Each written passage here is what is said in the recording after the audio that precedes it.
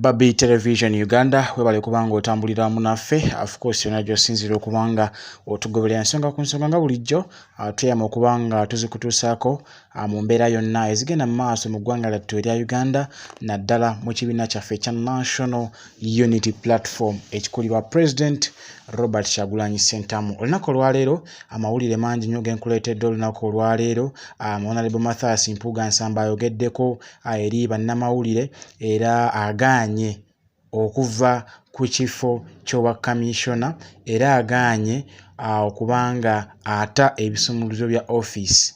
Ogenda kuba owulira ebigambo bye maaso kaawo ayongedde nate okumenya ekiragiro ekyamuweereddwa Secretary General w'ekibiina kya National Unity Platform omukulu David Lewis Lubongoya yakiyisizaamu amaaso olunaku olwaleero. Kasooke tuwulire ebigambo Mpuuga byayogedde bw'abadde agaana okubanga ata ebisumuluzo bya office y'obwa commissioner era n'akirayiya ntagenda kuva mu kibiina kya National Unity Platform ne babeera nga bamugobye mu kibiina. Kasooke tuwulire ebigambo bye n'oluvannyuma nja kubanga nkomawo mu maaso atweyongereyo.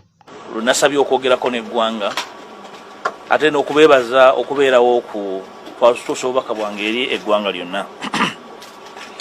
Ekisooka bannayuganda bangi badde balindiridde nga beebuuza kikyenzirako kikyendowooza kikyenkola.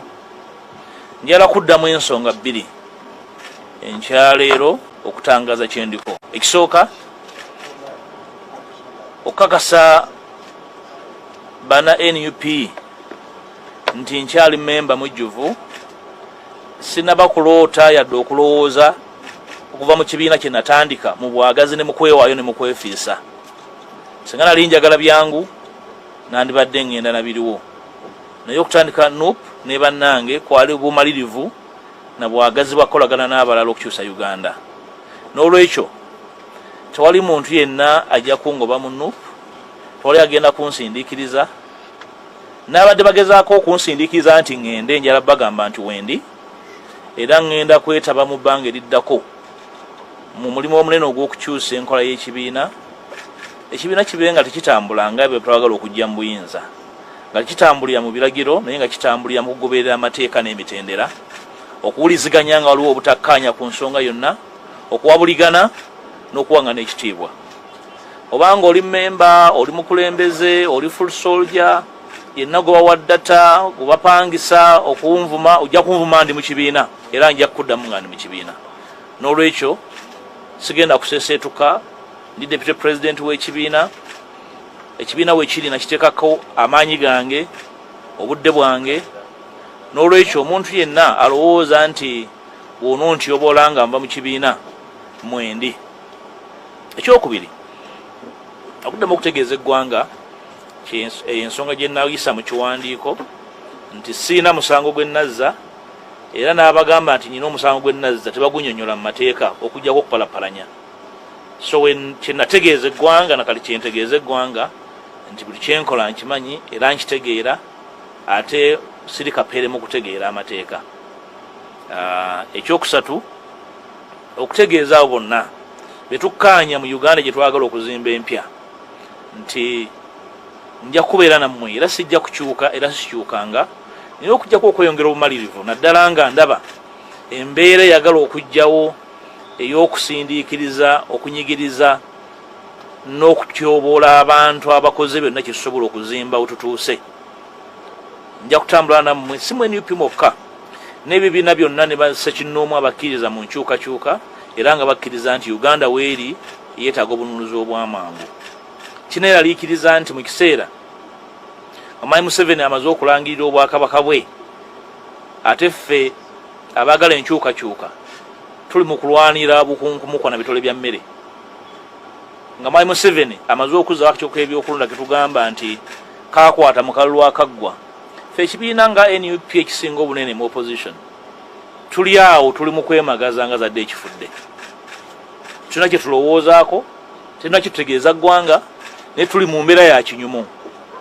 Ngenda kwetaba ne bannange bwe tuli mu kuvuganya nga nsinzira mu kibiina kyange n'okwagaza ekibiina kyange ddala okwagala enkyukakyuka so si okwagala n'okwenyumiriza mu kinyumu.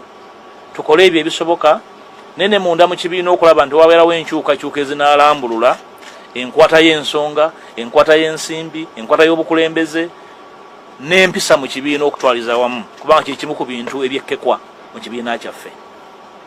Njagala kuugumya bannayuganda naddala abawagizi baffe abali ebunaayira. Bannaffe abali ebunaayira batuwagidde nnyo okuva bwe twatandika NUP.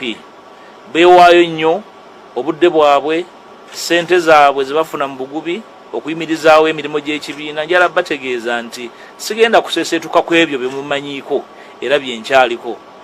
Ekyokubiri nti nze ne bannanga balowooza nti tuziŋŋamye okukwatagana okulaba nti tuteekawo enkyukakyuka ez'omuggundu mu mateeka agafuga ebyokulonda, kubenga okwetaba kwamwe mu byobufuzi tekukoma kuteeka biwandiiko ku mitimbagano na kusonda ssente, naye nga musobola okulonda, musobola n'okubaako bye mubuuza mu butongole ne buddibwamu nga bannayuganda ab'obwebange, nga mwe muli n'okuteekawo ennongoosi za musemateeka okulaba nti bannaffe abali e Bulaaya, abali e Bunaayira, abali mu nsi nga babonaabona beetaba mu kukyusa eggwanga lino so si mu bigambo bugambo.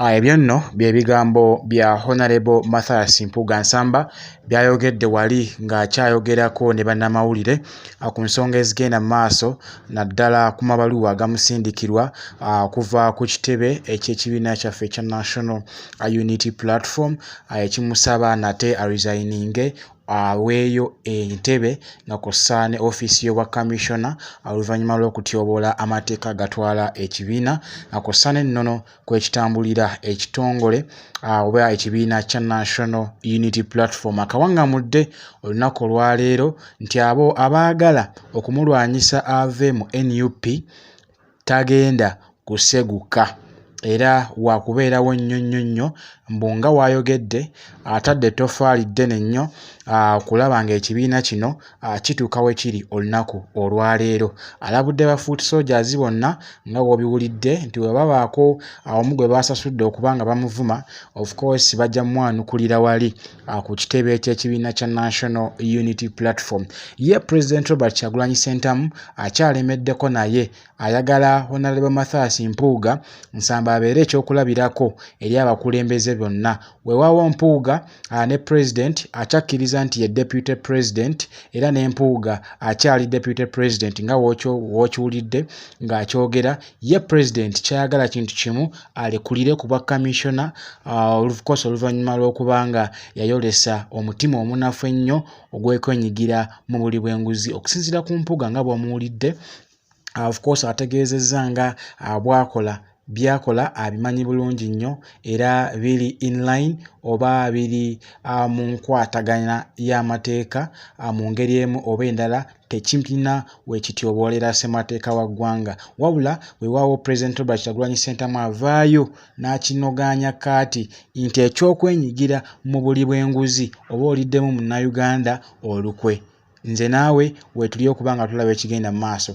President Robert Kyagulanyi Ssentamu agamba Deputy President we aresigninga ku kifo ky'obwa Commissioner, wabula ate Deputy President we agamba nti nedda niwe munnaba mugenda kungoba mu kibiina tagenda vaamu kubanga yateekako ettoffaali lye ddene. Nze naawe atulindiridde ki President Robert Kyagulanyi Ssentamu kyagenda okuba nga azzaako, wabula atulindiridde ne omwogezi or rather amyuka omwogezi w'ekibiina kya National Unity Platform ye mukulu Alex Wayusa Mufumbiro biki byagenda okuba nga ayanukula ku kwogera kuno kwa Honorable Mathias Mpuuga Nsamba byayogedde olunaku olwaleero nti tagenda kuva mu kibiina kya National Unity Platform newankubadde okuresigninga ku kifo eky'obwa Commissioner nga bw'obiwulidde mu bigambo bye. Agamba nti obukadde 5 bwe baamuwa baamuweera mu mateeka era yali ateekeddwa okuba nga bufuna newankubadde nga munnamateeka of course talina nga bw'agambye nti yasoma amateeka buli kimu akimanyi bulungi